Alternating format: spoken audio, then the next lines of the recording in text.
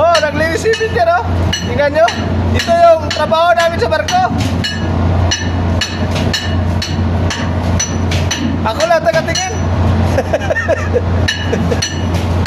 Wala, biro lang. Tulungan namin. Kasi kulang yung tao. May tinarbaho din sila.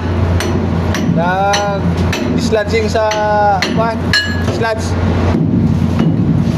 Hindi marami nag-sludge kami. O yan. Scrubber yan. Si water yan. Nabubuo. Dahil sa init.